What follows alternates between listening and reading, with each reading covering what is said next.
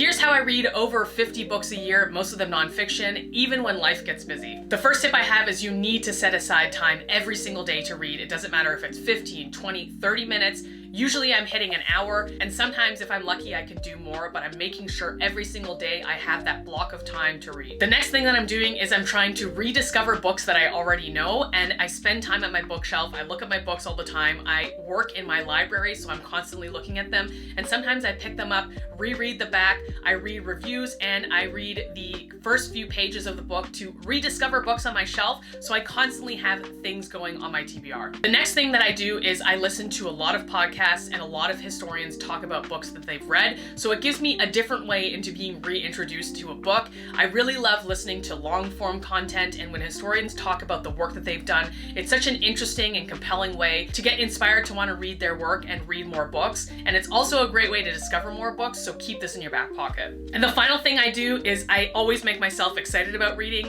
by finding out about new authors, new books, and new releases. It's really fun to go to bookstores on Tuesdays when new releases come out, so you can see what's new, fresh, and exciting. And I also discover a lot of new books when I go thrifting because it's stuff that I'm not usually seeing in stores because it's not new. So allow yourself the time to discover new books when you're going into bookstores, and don't just walk into the front and pick up what's on the table. Go into the back of the bookstore and immerse yourself into the shelves and read any book that jumps out to you, because you never know what you're going to be able to find next. Little things like this are what help me read that many books a year, and it's because I make it a bit of a priority. It is obviously a hobby for me, but it's more so a habit now because I've made these things a part of my daily life. Let me know what your tips are for reading more books every single year, and if you're struggling to read more books, try these out and see if it helps you along the way. I want to know your thoughts in the comments, and I'll see you there.